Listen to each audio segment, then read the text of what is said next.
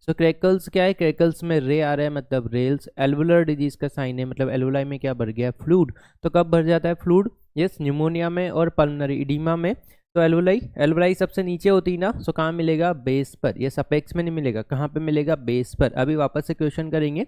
अब देखो क्रैकल्स दो तरह के हो सकते हैं एल्वुलाई में, फाइब्रोसिस भी हो सकता है, फ्लूड भी हो सकता है। सो फाइब्रोसिस रिलेटेड हो सकता है इंटरस्टिशियल फाइब्रोसिस में, तो वहाँ पे वेलक्रो राइपिंग मिलेगा। यस, किस तरह का साउंड मिलेगा, वेलक्रो राइपिंग।